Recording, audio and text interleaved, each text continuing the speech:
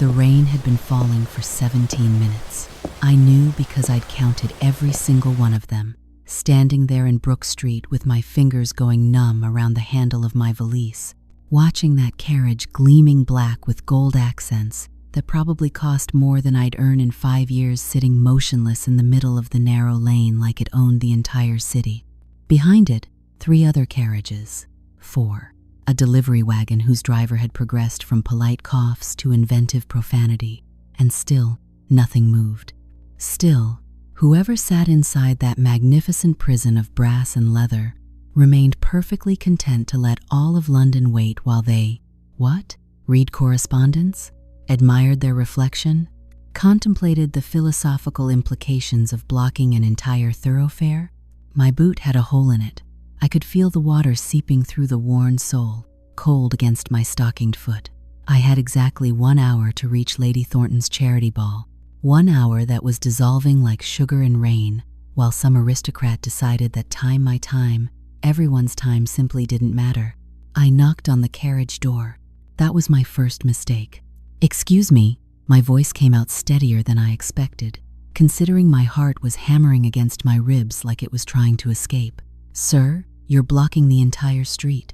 Nothing, no response, not even the courtesy of a turned head or an acknowledged presence. I knocked again, harder this time, my gloved knuckles rapping against the polished wood with more force than was probably wise. "Sir, there are a dozen vehicles waiting. If you could please." The door swung open so suddenly I stumbled backward, my boots slipping on the wet cobblestones. A man emerged, tall, dark-haired, wearing a greatcoat so perfectly tailored it must have required 3 fittings and the sacrifice of several sheep who'd lived particularly virtuous lives. He didn't look at me, didn't acknowledge my existence at all. He simply stood there in the pouring rain, continuing to read a letter, as if I were nothing more than another piece of London debris cluttering his peripheral vision. Something hot and familiar coiled in my chest, the same feeling I got every time Lady Thornton's guests looked straight through me while discussing the servant problem. Every time a shopkeeper followed me with suspicious eyes, while ladies in silk browsed freely. Every time someone with money and title and the right last name assumed that because my dress was 3 years out of fashion and my father had died in debtor's prison, I could simply be ignored. "I beg your pardon," I said, and my voice had an edge now, sharp enough to cut through the rain. "But you cannot simply stand here reading your correspondence while the entire street waits for your convenience." He glanced up. His eyes were gray, cold, as the rain streaming down both our faces, and they held precisely the expression I'd expected, mild irritation that I, a woman in a governess's plain cloak, had dared to speak. "The street will wait," he said simply, and returned to his letter. "Before I tell you what happened next, if you love stories of passion, defiance, and love that defies every rule of society, subscribe now, hit that bell, because what happens in the next moment will change everything. For him, for me, for both of us." The hot coil in my chest ignited. The street will wait. 3 words, 3 simple words that somehow contained every injustice I'd ever swallowed, every slight I'd ever endured, every moment I'd been told through action or inaction that my existence simply didn't matter. I heard my voice rising, heard decades of carefully maintained governess composure cracking like ice in spring. "The street will wait because you've decided your time is worth more than everyone else's. Because you believe the entire city should simply pause while you finish reading news from your tailor, your club?" Now I had his attention. He lowered the letter slowly, his expression shifting from irritation to something approaching disbelief. "I beg your pardon?" "No." I stepped closer, rain streaming down my face, my valise abandoned on the cobblestones. "No, you don't get to say that. You don't get to act shocked that someone finally told you the truth." I gestured at the growing line of stalled vehicles, at the gathering crowd of onlookers who'd stopped to watch this spectacle unfold. "Look around you. There are people trying to work, trying to live their lives. But you've decided none of that matters because you're important? Powerful?" His jaw tightened. "You have no idea." "I have every idea."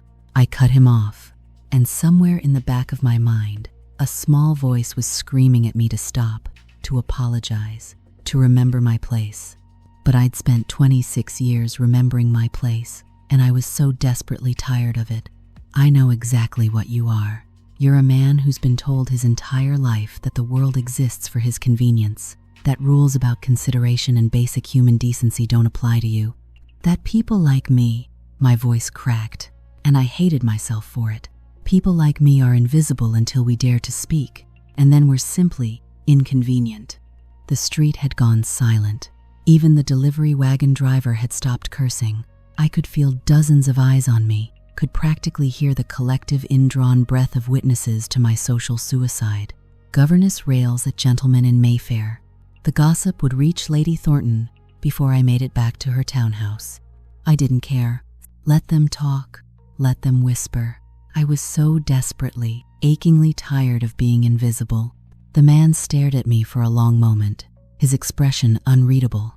Rain dripped from his dark hair, plastered the fine fabric of his coat to his shoulders. Then he did something I hadn't expected. He smiled, not warmly, not kindly, but with a sort of dangerous amusement that made my stomach drop like a stone into cold water. "You believe I think myself above basic decency," he said quietly, his voice carrying despite the rain. "You believe I consider you invisible. I don't believe it. I know it." The words came out more forcefully than I'd intended.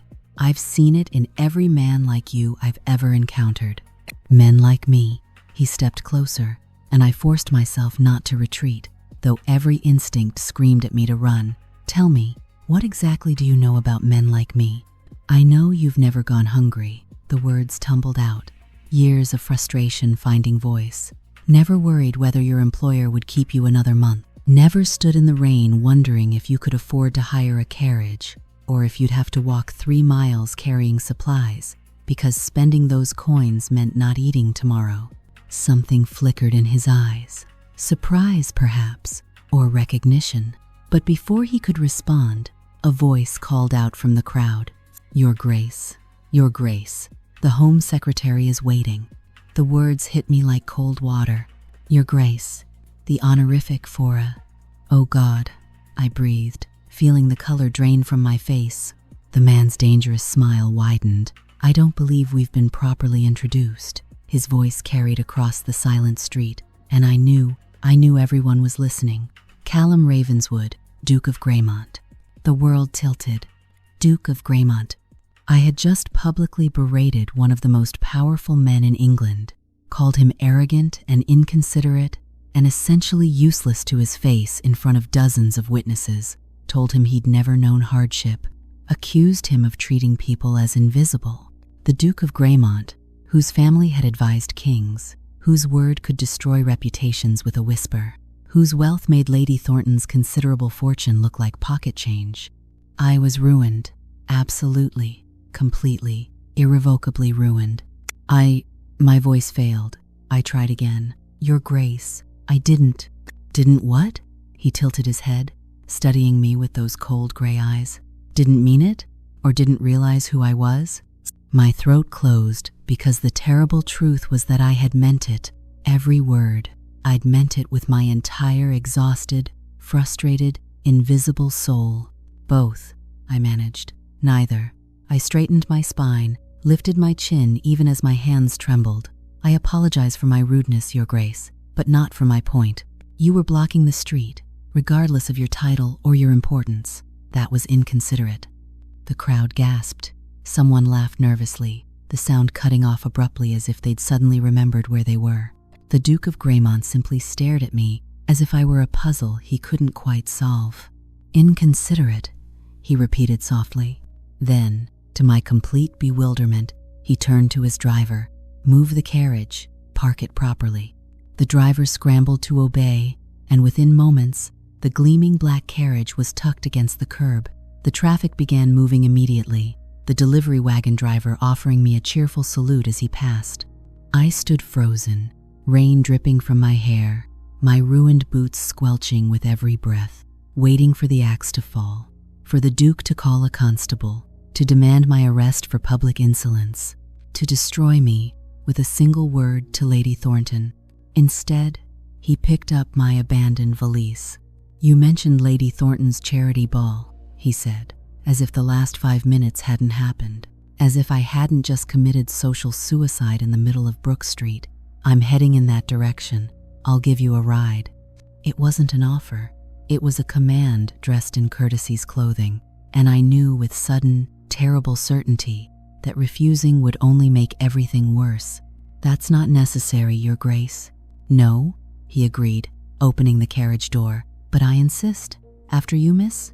He was waiting for my name, actually expecting me to complete this catastrophe by providing him with the exact information he'd need to destroy whatever remained of my life. But Seraphina Waverley had never been good at self-preservation. It was, my father used to say, with a mixture of pride and despair, both your greatest strength and your fatal flaw. "Waverley," I said, my voice steadier than my hands. "Seraphina Waverley." I climbed into the carriage because I had no choice, because men like him always won, because this was how the world worked.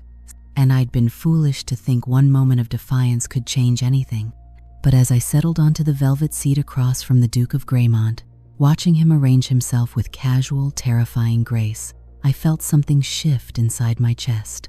Fear, yes, absolutely fear. But underneath it, burning steady and quiet, the first ember of something that felt dangerously like hope. The carriage lurched forward, and Callum Ravenswood, Duke of Greymont, one of the most powerful men in England, leaned back against the cushions and studied me with those unreadable gray eyes. "Tell me, Miss Waverley," he said quietly, "do you always shout at strangers in the street?" "Only when they're being insufferably arrogant, Your Grace." His lips twitched. "And do you make a habit of calling dukes insufferable to their faces?" "Today appears to be a day of firsts." "Indeed it does." He was still watching me with that peculiar intensity, as if trying to solve an equation that refused to balance. "Lady Thornton's charity ball. You're employed by her?" "I'm a governess to her ward, Miss Elizabeth." I kept my voice level, professional. Everything I should have been 10 minutes ago. "Lady Thornton supports various charitable causes. The supplies I'm carrying are for the children's wing of St. Catherine's Hospital." "Medical supplies?" "Bandages, tinctures, basic surgical tools. The hospital's physician is a friend of Lady Thornton's, but you know what they are, specifically." It wasn't a question. I met his gaze directly. "My father was a physician." "Was?" "He died 7 years ago." "And he taught you?" Still not a question. I felt my jaw tighten. My father believed education was wasted on no one, regardless of gender. An unusual philosophy. He was an unusual man. "And now you're a governess." The words hung in the air between us, heavy with implications. "And now you're a governess instead of a physician's daughter with prospects, instead of a woman who might have married well, instead of someone who mattered." "Now I'm a governess," I agreed, and let him hear the steel underneath. "Which means I should be grateful for the ride, Your Grace, and keep my opinions about traffic obstruction to myself." That almost smile again. "Should you? According to every rule of proper society, yes. And yet you didn't." "No," I said quietly, "I didn't." The carriage turned a corner, and through the rain-streaked window, I could see the familiar streets of Mayfair. 5 more minutes, perhaps, before we reached Lady Thornton's townhouse. 5 more minutes of this strange, charged conversation before I had to face whatever consequences awaited. "Your father," the Duke said suddenly. "What was his name?" The question caught me off guard. "Dr. Edmund Waverley. He had a practice near Russell Square." Something flickered across the Duke's face. Edmund Waverley. I knew that name. He treated my sister once, during the cholera outbreak in 1817, saved her life. My breath caught. "Your sister?" "Lady Caroline. She was 14. Every physician in London told us she wouldn't survive. Your father spent 3 days at her bedside and refused payment when she recovered." I remembered that time. Remembered my father coming home exhausted, collapsing into his chair and saying he'd watched a young girl fight death and win, that she'd been brave, that her family had tried to pay him a fortune and he'd refused because healing isn't about profit, Seraphina. It's about humanity. Those principles had died with him in debtor's prison. I didn't know, I said softly. Neither did I. Not until this moment. The Duke leaned forward slightly, and his eyes weren't cold anymore. They were something else entirely. Something that made my pulse quicken for entirely different reasons. Your father gave my family back our sister, and today, his daughter stood in the rain and told me truths no one else would dare speak. Your Grace, the supplies you're carrying, for Street Catherine's, you assist there regularly? I nodded slowly. When Lady Thornton permits it, I help Dr. Morrison with basic care. I'm not qualified to practice medicine, but I can clean wounds, prepare medications, comfort frightened children. But you could be qualified. The words hung in the air like a challenge. Women cannot train as physicians. No, he agreed. Not officially, but there are ways. Apprenticeships, private instruction. He paused, and when he spoke again, his voice carried a weight I didn't understand. Miss Waverley, what if I told you I've been trying to establish a charitable hospital for the poor? A place where anyone, regardless of ability to pay, could receive proper medical care? My heart began to pound. I would say that's extraordinarily ambitious, Your Grace. It's more than ambitious. It's nearly impossible. I have the funding, the property, even preliminary support from the Home Secretary. What I don't have is someone who understands both medicine and the reality of poverty. Someone who could help design treatment programs that actually serve the people who need them most. The carriage was slowing. Through the window, I could see Lady Thornton's townhouse approaching. Why are you telling me this? My voice came out barely above a whisper. Callum Ravenswood, Duke of Greymont, met my eyes directly. Because you're right, I have lived a life of privilege. I have never gone hungry, never worried about survival, never been invisible. But today, a woman stood in the rain and made me see myself clearly for the first time in years. And I realized that if I'm going to change anything, truly change anything, I need someone who isn't afraid to tell me the truth. The carriage stopped. Miss Waverley, he said quietly, would you consider meeting with me tomorrow to discuss this hospital project? I understand if you refuse. I understand if you never want to see me again after today, but I'm asking. I looked at him, really looked at him, and saw something I hadn't expected to see in a duke's eyes. Hope. The same desperate, fragile hope that was burning in my chest. Yes, I heard myself say. Yes, I'll meet with you. He smiled then, and it transformed his face entirely. Made him look younger, less like a cold aristocrat, and more like a man who'd just found something he'd been searching for. Tomorrow, 2 o'clock, I'll send a carriage. I can walk. In those boots? He glanced down at my feet, where water still squelched with every movement. Humor me, Miss Waverley. Let me be considerate. And despite everything, despite the rain and the public humiliation and the terror still coursing through my veins, I laughed. The Duke of Greymont opened the carriage door himself, handed me down personally, and watched as I walked up the steps to Lady Thornton's townhouse with my valise of medical supplies, and my head spinning with possibilities I'd never dared imagine. I didn't know it then, standing on that doorstep in my ruined boots and soaked cloak. But my future had just changed. Everything had just changed. And it had started with one impossible moment in the rain when I forgot to be invisible and remembered how to fight. Lady Thornton was waiting in the drawing room when I arrived, still dripping rainwater onto her Persian carpet. Serafina, her voice cut through the air like a blade wrapped in silk. You're late. I apologize, my lady. There was traffic in Brook Street. Yes, I heard. She set down her teacup with deliberate precision. I heard quite a lot, actually. Mrs. Pemberton sent her maid ahead with the most extraordinary story. Something about my governess screaming at the Duke of Greymont in the middle of the street? My stomach dropped. My lady, I can explain. Can you? Lady Thornton stood, her silk skirts rustling like autumn leaves. She was 53, widowed twice, and possessed the kind of sharp intelligence that made grown men stammer. Can you explain why half of Mayfair is gossiping about how my employee publicly humiliated one of the most powerful men in England? About how you called him arrogant and inconsiderate and told him he'd never known hardship? Every word felt like a nail in my coffin. The Duke was blocking the street. You simply forgot your place.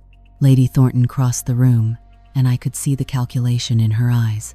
Not anger exactly, something colder, more pragmatic. Do you understand what you've done, Serafina? The Duke of Greymont could destroy this household with a whisper. He could ensure that Elizabeth never receives a marriage proposal from any respectable family. He could ruin me socially, financially, completely. I know. My voice came out steadier than I felt. I'll leave immediately. Tonight, if you wish. I won't let my mistake damage your reputation. Leave? Lady Thornton laughed, but there was no humor in it. My dear girl, you misunderstand entirely. You're not leaving. You're going to fix this.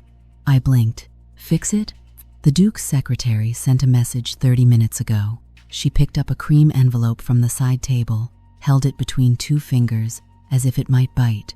His Grace requests your presence tomorrow afternoon at 2 o'clock at Greymont House to discuss, and I quote, matters of mutual charitable interest. The world tilted again. He'd actually done it.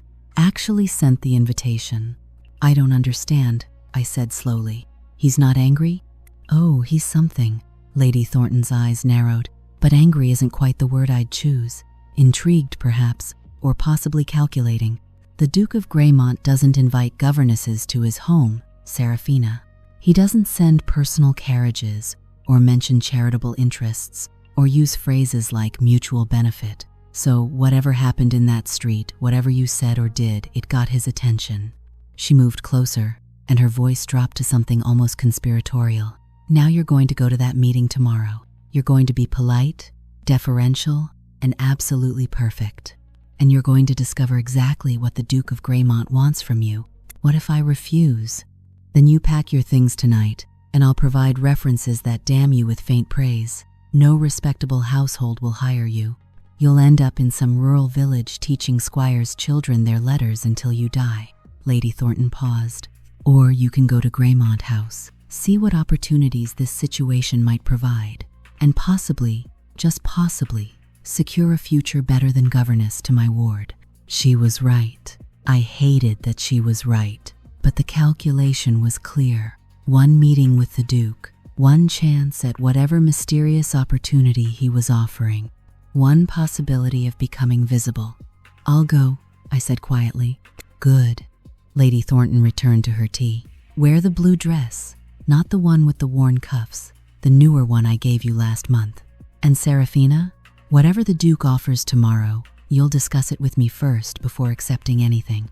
Understood? Yes, my lady. Now go change.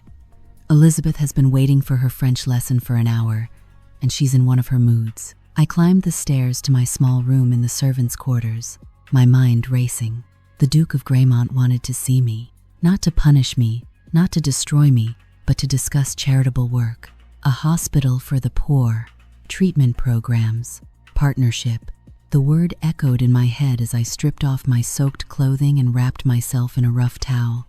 Partnership, as if someone like me could be a partner to a duke. The next day arrived with cruel slowness. I taught Elizabeth her French conjugations, helped cook inventory the pantry, mended 3 of Lady Thornton's stockings, and tried desperately not to think about 2 o'clock. I failed spectacularly. At 1:30, I stood in my small room, staring at the blue dress Lady Thornton had insisted I wear. It was simple but well made, a gift from her last birthday when she decided I looked too much like an orphan at her evening salons. The fabric was soft, the color a deep sapphire that made my dark hair look less severe. I looked like someone who might belong in a duke's drawing room. I looked like a liar. The carriage arrived at precisely 1:45. Not just any carriage, the same gleaming black vehicle with gold accents that had blocked Brook Street yesterday, the same driver who'd scrambled to obey when the Duke commanded him to move. Lady Thornton watched from the window as I descended the front steps. Remember what I said, Serafina. Discuss everything with me first. The ride to Greymont House took 15 minutes through streets. I'd walked 1,000 times as an invisible governess, but riding in a duke's carriage changed the perspective entirely. Shopkeepers paused to watch us pass. Other carriages gave us wide berth. A constable actually saluted. This was power. Real, tangible power. And it terrified me. Greymont House sat in the heart of Mayfair, a massive Georgian structure that probably had more rooms than Lady Thornton's townhouse had windows. The driver helped me down, and a butler, actually a butler, not a hired servant, opened the door before I could knock. "Miss Waverley, His Grace is expecting you."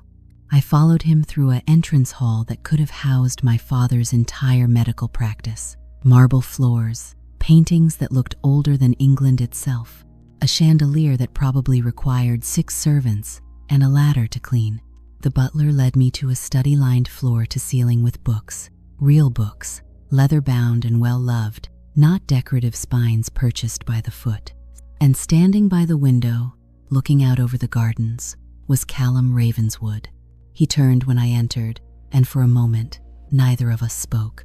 He looked different in his own home, less intimidating somehow, more human. His coat was dark green instead of black, and he'd removed his cravat, leaving his collar open in a way that would have scandalized every proper lady in London.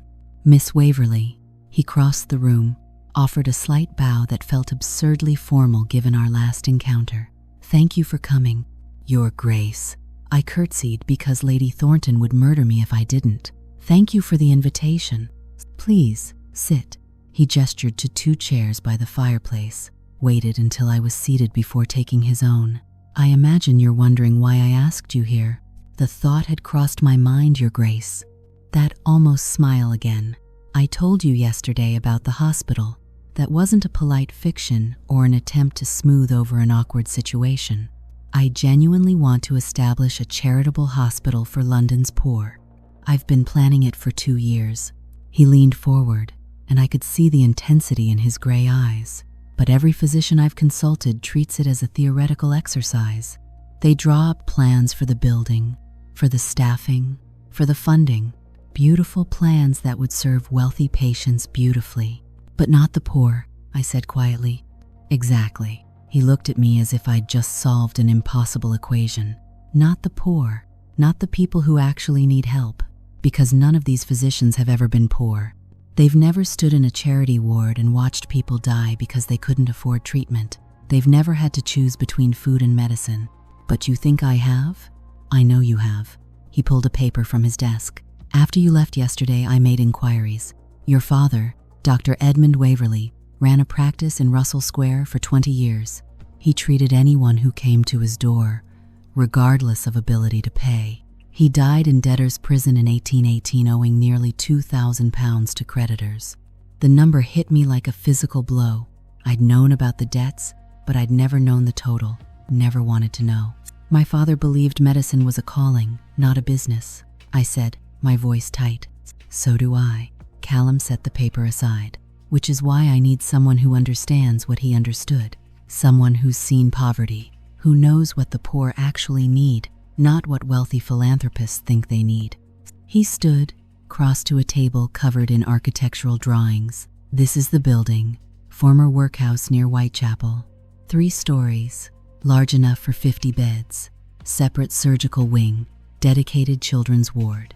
I joined him at the table, studying the detailed sketches. It was magnificent, ambitious, impossible. "The Home Secretary has given preliminary approval," Callum continued.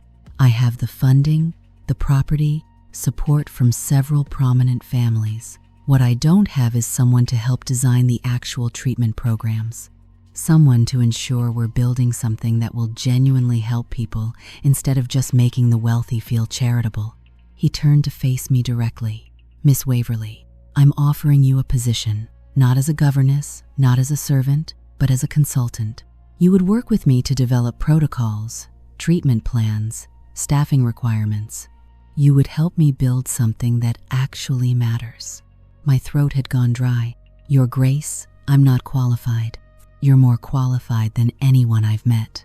His voice was firm. "You were trained by a physician. You've worked in charity hospitals. You understand poverty from the inside. And most importantly, you're not afraid to tell me when I'm being an arrogant fool who's blocking the entire street." Despite everything, I felt my lips twitch. That's a qualification? The most important one. He was watching me with that intense focus again. I need honesty, Miss Waverly. I need someone who will tell me the truth even when it's uncomfortable, even when it contradicts everything I think I know.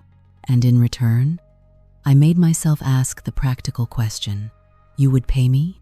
£50 per quarter, plus expenses for any materials you need, any travel required, and when the hospital opens, if you wish it, a permanent position there. £50 per quarter, £200 per year, more than I'd earned in 5 years as a governess. Enough to be free. Why? The word escaped before I could stop it. Why me? You could hire any physician in London, because yesterday you saw a man blocking the street and called him out for it. You didn't care about his title or his power or what he could do to you. You cared about what was right. Callum's voice softened. That's the person I need. Someone who cares about what's right, not what's convenient.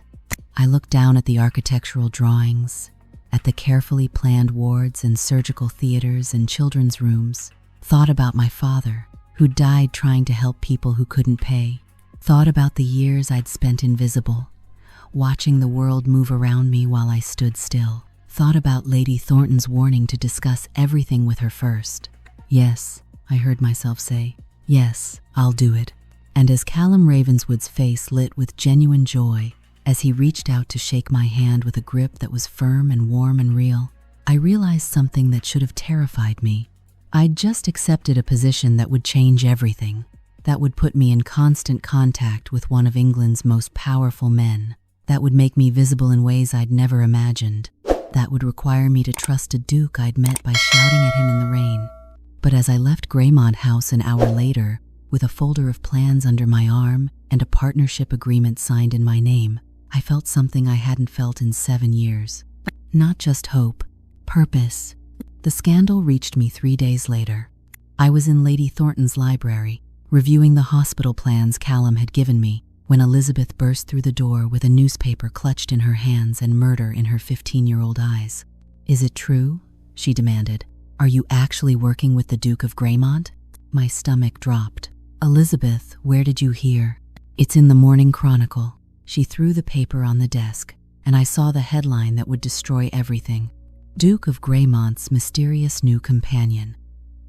Governess Seraphina Waverly, seen entering Greymont House alone. Beneath it, 3 paragraphs of pure poison. How I'd been observed arriving at Greymont House, unaccompanied and unchaperoned. How I'd remained inside for over an hour behind closed doors. How the Duke had personally seen me to the Sadie and A carriage, his hand lingering on hers in a manner most familiar. Every word was technically true, and every word made me sound like his mistress. Lady Thornton wants to see you immediately, Elizabeth said, and there was something almost like pity in her young face. She's in the drawing room, and Seraphina, she's furious. Lady Thornton wasn't just furious. She was coldly, calculatingly enraged in the way only a woman who'd survived 2 husbands in London society could manage. Sit. She didn't look up from her own copy of the newspaper and explained to me how, in less than a week, you've managed to transform from an invisible governess into the subject of the season's most salacious gossip. My lady, the article is misleading. The article is accurate. Lady Thornton's voice could have frozen fire. You did go to Greymont House alone. You did spend over an hour there, and you did allow the Duke to assist you into the carriage in full view of half of Mayfair. What part of that is misleading, Seraphina? The implication. I forced myself to meet her eyes. The Duke offered me a position consulting on his charitable hospital project. Everything was entirely professional. Professional. Lady Thornton set down the paper with deliberate care. Tell me, what do you imagine happens to a governess's reputation when she's seen entering a bachelor duke's home alone? When society whispers that she's his mistress? When every respectable household in London learns her name attached to scandal? I thought, you thought nothing. She stood, began pacing. You saw an opportunity and you seized it without considering consequences, without asking my advice, despite my explicit instructions. without thinking about how this would reflect on my household, on Elizabeth's prospects, on everything I've built. Guilt twisted in my chest because she was right. I'd been so focused on the impossible opportunity, on the chance to finally matter, that I hadn't considered the cost. "I'll resign," I said quietly. "Effective immediately. I won't let my mistake damage." "You'll do no such thing." Lady Thornton stopped pacing, fixed me with a look I couldn't decipher. "You'll continue exactly as planned. You'll work with the Duke on his hospital project. You'll attend meetings, review plans, provide consultation." I stared at her. "I don't understand." "Don't you?" Something that might have been amusement flickered across her face. "Serafina, you've just become the most talked about woman in London. The Duke of Greymont, a man who hasn't shown interest in any woman since his fiancée died 6 years ago, has taken a personal interest in a governess. Society is obsessed, and obsession, my dear, can be remarkably useful." She returned to her chair, settled into it like a general planning a campaign. "Here's what's going to happen. You'll continue working with the Duke, but you'll do it properly. I'll serve as your chaperone for all meetings. We'll ensure everything is above reproach. And in exchange, you'll leverage this situation to secure Elizabeth's future." "How?" "The Duke has connections to every important family in England. If he's seen treating you with respect, if he publicly supports this hospital project and your role in it, then families will want to curry favor with him, including families with eligible sons." Lady Thornton's smile was sharp as glass. "You're going to help me secure Elizabeth a brilliant match, and in the process, you're going to ensure that when people talk about Serafina Waverley, they don't whisper mistress. They say the brilliant woman working with the Duke of Greymont to help London's poor." It was manipulation. Pure, calculated manipulation. It was also brilliant. "And if the Duke refuses?" I asked. "If he objects to having a chaperone? Then you'll discover very quickly whether his interest in you is professional or personal." Lady Thornton met my eyes directly. "And you'll learn whether you were foolish to trust a man simply because he offered you everything you've ever wanted." I sent a message to Greymont House that afternoon, explaining the situation and Lady Thornton's terms. I expected anger or dismissal or a curt note ending our arrangement. Instead, Callum arrived at our door 2 hours later. Lady Thornton received him in the formal drawing room with me, present but silent, standing near the window like a piece of furniture. Watching him navigate her sharp questions and sharper implications with a grace that shouldn't have surprised me. "Lady Thornton," he said after she'd finished outlining her requirements, "I appreciate your concern for Miss Waverley's reputation. I should have considered the optics of our first meeting more carefully." "Should have?" Lady Thornton's eyebrow arched. "Your Grace, you're one of the most prominent men in England. Surely you understand that a young woman's reputation can be destroyed by appearances alone." "I do." Callum's voice was steady, which is why I'm proposing we make the situation entirely transparent. I'll announce the hospital project publicly, with Miss Waverley named as my official consultant. We'll hold meetings at neutral locations with appropriate chaperones present, and I'll ensure that anyone who spreads malicious gossip understands they're insulting a project that has the support of the Home Secretary and the Archbishop of Canterbury. He paused, and something in his expression shifted, hardened. "I made Miss Waverley an offer because of her qualifications and her father's legacy. If society chooses to see scandal in professional collaboration, that reflects poorly on society, not on her." Lady Thornton studied him for a long moment. "Pretty words, Your Grace, but words don't protect young women when the gossip turns vicious." "No." Callum stood, crossed to where I stood by the window. "Which is why I'm also offering Miss Waverley a formal contract of employment, witnessed by my solicitor and hers, with clear terms, defined responsibilities, and a salary that reflects the importance of her work." He looked at me directly, and I saw something in his eyes that made my breath catch. Not just respect, something fiercer, something that looked almost like protectiveness. "If anyone questions Miss Waverley's reputation after that," he said quietly, "they'll be questioning mine as well. And I promise you, Lady Thornton, I defend what's mine." The words hung in the air like smoke. What's mine? Not my project or my consultant, just Mine. Lady Thornton noticed it too. I saw her eyes narrow, saw the calculation shift. Very well, Your Grace, but I'll still accompany Miss Waverley to all meetings. For propriety's sake. Of course. Callum bowed slightly. I would expect nothing less. He turned to leave, then paused at the door. Miss Waverley, I'll have the contract prepared by tomorrow. We begin work on Monday at the Whitechapel property, 9 o'clock. And then he was gone, leaving behind the faint scent of expensive cologne and the weight of words that changed everything. Lady Thornton waited until his carriage had pulled away before speaking. Well, that was illuminating. My lady? The Duke of Greymont just claimed you, Seraphina, publicly, in front of a witness. She studied me with those sharp eyes. The question is, did he claim you as an employee or as something else entirely? I didn't sleep that night. Couldn't sleep. I lay in my narrow bed, staring at the ceiling, replaying every moment of Callum's visit, the way he'd defended me, the steel in his voice when he'd promised to protect my reputation, that phrase, "What's mine?" that echoed in my head like a bell. At 3 in the morning, I finally admitted the truth I'd been avoiding since I'd climbed into his carriage in the rain. I was attracted to Callum Ravenswood, not just grateful for the opportunity he'd given me, not just impressed by his vision for the hospital, actually, genuinely attracted to the man who'd stepped out of a carriage and changed my life by being arrogant enough to block an entire street. The Duke of Greymont, one of the most powerful men in England, a man so far above my station that the very thought of anything beyond professional collaboration was laughable. And yet, I defend what's mine. I pressed my hands to my face, felt the heat in my cheeks. This was dangerous. This was foolish. This was exactly the kind of situation that destroyed women like me. But God help me, I wanted it anyway. Monday arrived with gray skies and the promise of rain. Lady Thornton accompanied me to Whitechapel in her carriage, her presence a silent reminder of propriety and consequences. The former workhouse loomed before us, 3 stories of weathered brick and broken windows. It looked haunted, abandoned, impossible.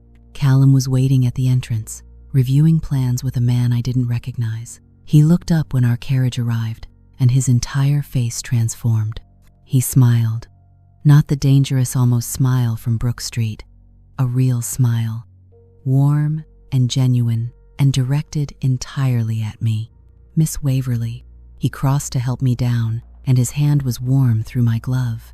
Thank you for coming. I want to show you something. He led us inside, through corridors that smelled of damp and decay, upstairs that creaked alarmingly under our feet. Lady Thornton followed at a discreet distance, close enough to chaperone but far enough to pretend she wasn't listening. On the 3rd floor, Callum pushed open a door. The room beyond was massive, empty except for broken furniture and 30 years of dust. But the windows faced south, flooding the space with gray light, and I could see it. Could see exactly what it could become. The surgical theater, Callum said quietly, large enough for observation, teaching. Your father believed medicine should be studied, learned. This could honor that. My throat tightened. You remembered. I remember everything you've told me.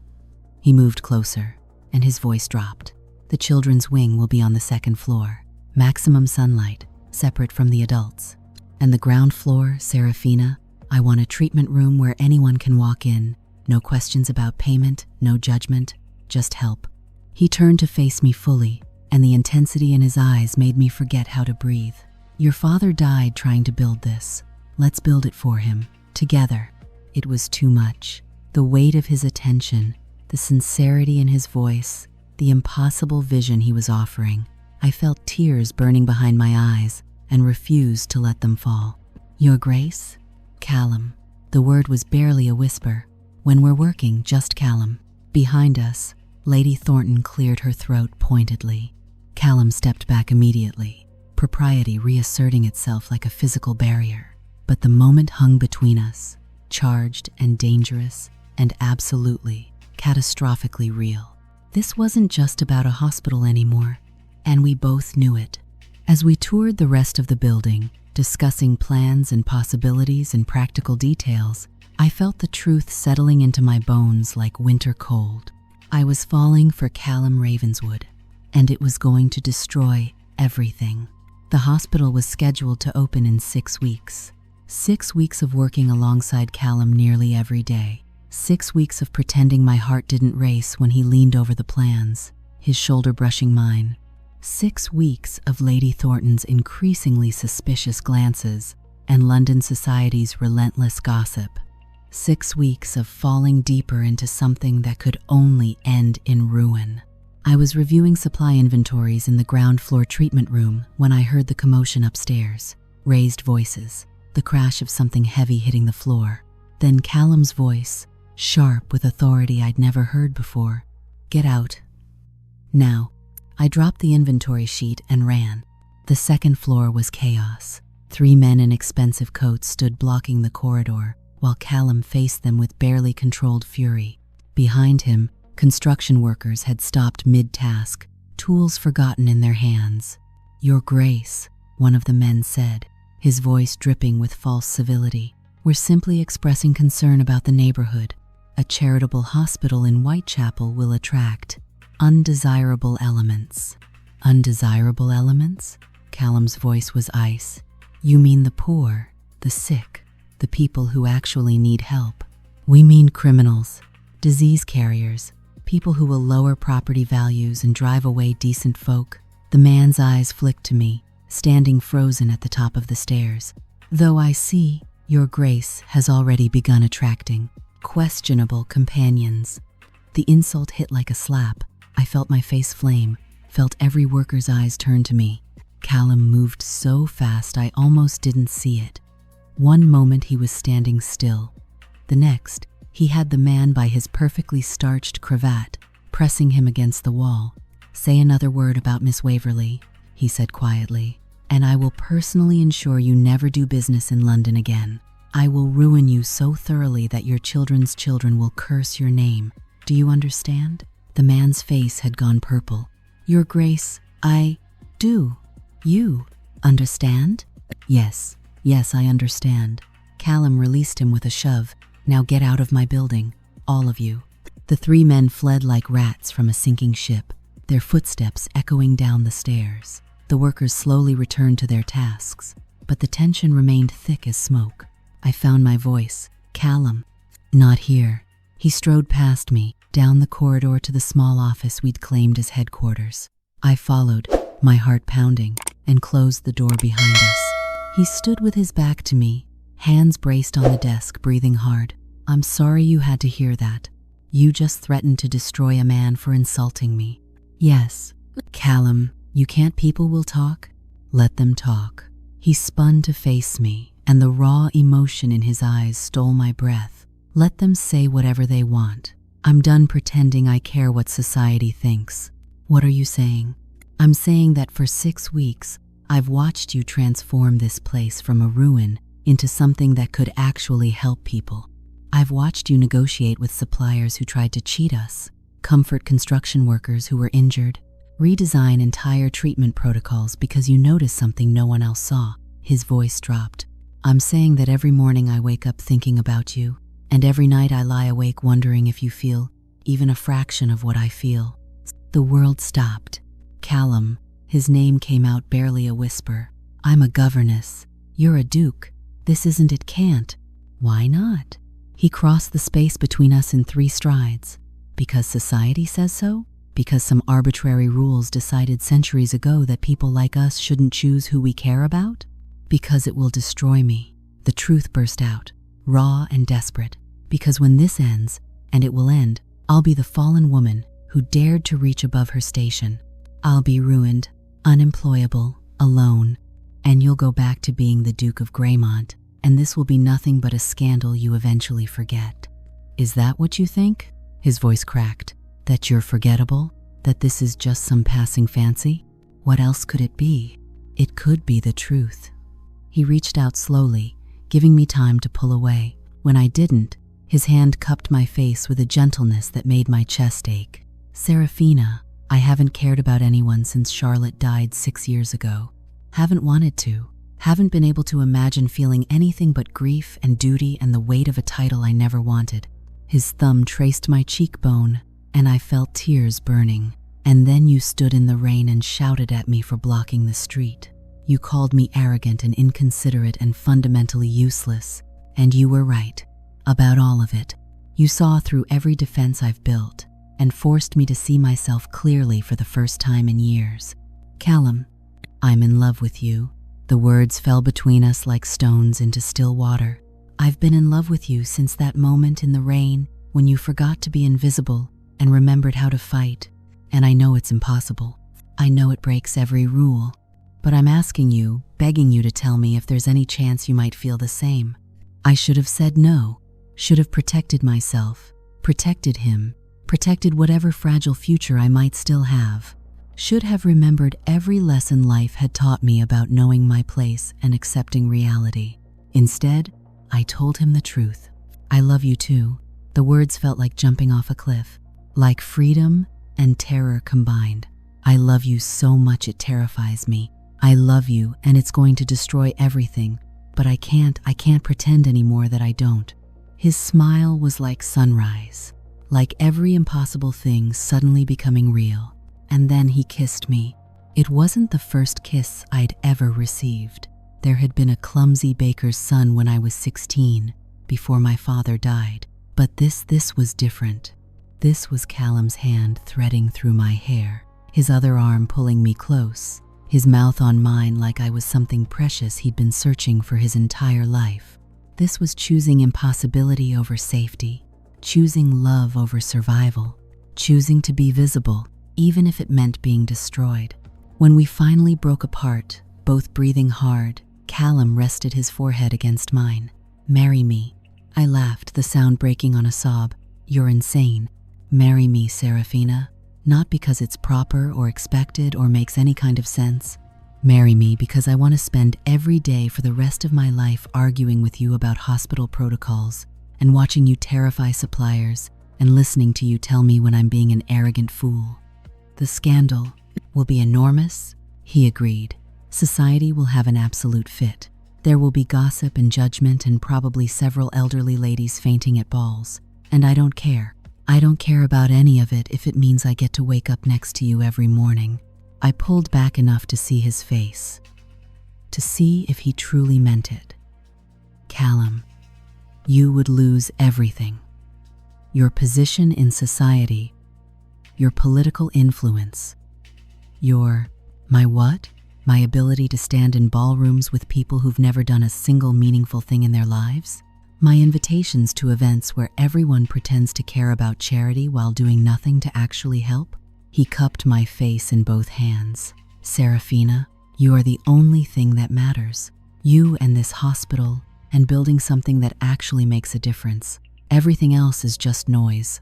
And if I say yes, my voice trembled, if I agree to this insanity, then we finish this hospital together.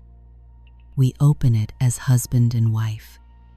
And we prove to every person who said it was impossible that love is stronger than their small-minded rules. I looked into his eyes and saw my entire future, saw the scandal and the struggle and the whispers that would follow us everywhere, saw the work we could do together, the lives we could change, the impossible thing we could build from love and stubbornness and absolute refusal to accept the world as it was. Saw myself, finally and completely visible. Yes, the word came out steady. Sure, yes, I'll marry you. His kiss tasted like joy and defiance, and every impossible thing suddenly becoming possible. The wedding took place 3 weeks later in the chapel at Greymont House. Not the grand society affair dukes were expected to have, but a simple ceremony with a handful of witnesses. Lady Thornton stood for me, her expression a complicated mixture of shock and grudging approval. The Archbishop of Canterbury Callum had called in every favor he possessed, performed the service with the gravity it deserved. And when Callum slipped a ring onto my finger and promised to love me until death parted us, I felt something shift in the universe. I was no longer invisible. I was no longer defined by what I lacked or who I wasn't allowed to be. I was Serafina Ravenswood, Duchess of Greymont, and I had work to do. The hospital opened 6 weeks after the wedding. We named it the Edmund Waverley Memorial Hospital for the Poor, and I stood beside Callum as he cut the ribbon, while half of London watched with varying degrees of horror and fascination. The scandal had been exactly as enormous as predicted. 3 prominent families had cut social ties with Callum entirely. 2 others had tried to block the hospital's opening through parliamentary pressure. The newspapers had been absolutely vicious, calling me everything from social climber to cunning seductress who'd trapped a grieving duke. I didn't care, because standing in that converted workhouse, watching our first patients receive care regardless of their ability to pay, I felt my father's presence like a hand on my shoulder. "This is what matters," he would have said. "This is what we're here for." Callum's hand found mine as the first child was carried into the treatment room. "Regrets?" he murmured. "Not a single one. Even though half of society thinks you've ruined me?" I laughed. "Especially because of that. Someone needed to ruin you. You were far too proper before I shouted at you in the rain." His smile was warm as summer.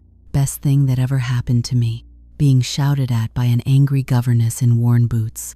"Former governess," I corrected, "current duchess and hospital administrator. And my wife." He raised our joined hands, kissed my knuckles. "Don't forget that part." "Never." 5 years later, the Edmund Waverley Memorial Hospital had treated over 15,000 patients. We'd expanded to include a teaching program for women who wanted to study medicine, a research wing for experimental treatments, and satellite clinics in 3 other London neighborhoods.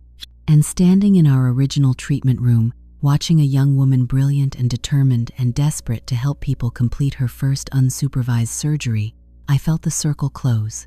My father had believed education was wasted on no one, that healing was a calling, not a business, that every person deserved dignity and care regardless of who they were or what they could afford.